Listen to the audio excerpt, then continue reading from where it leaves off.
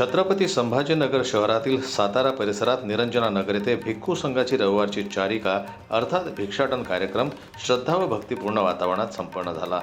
दर रविवारी आयोजित करण्यात येणाऱ्या या चारिकेत मोठ्या संख्येने उपासक उपासिका सहभागी झाले।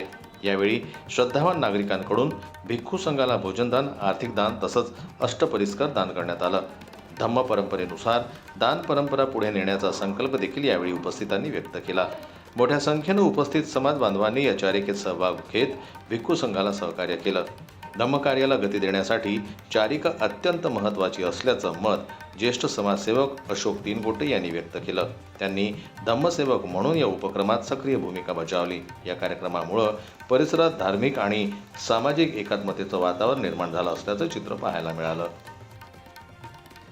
जनमत लाईव्ह न्यूज करता दिलीप वरगट यांची रिपोर्ट, छत्रपती संभाजीनगर। मराठी बातम्यांसाठी जनमत लाईव्हला लाईक करा, सबस्क्राईब करा आणि बेल आयकॉनला दाबायला विसरू नका।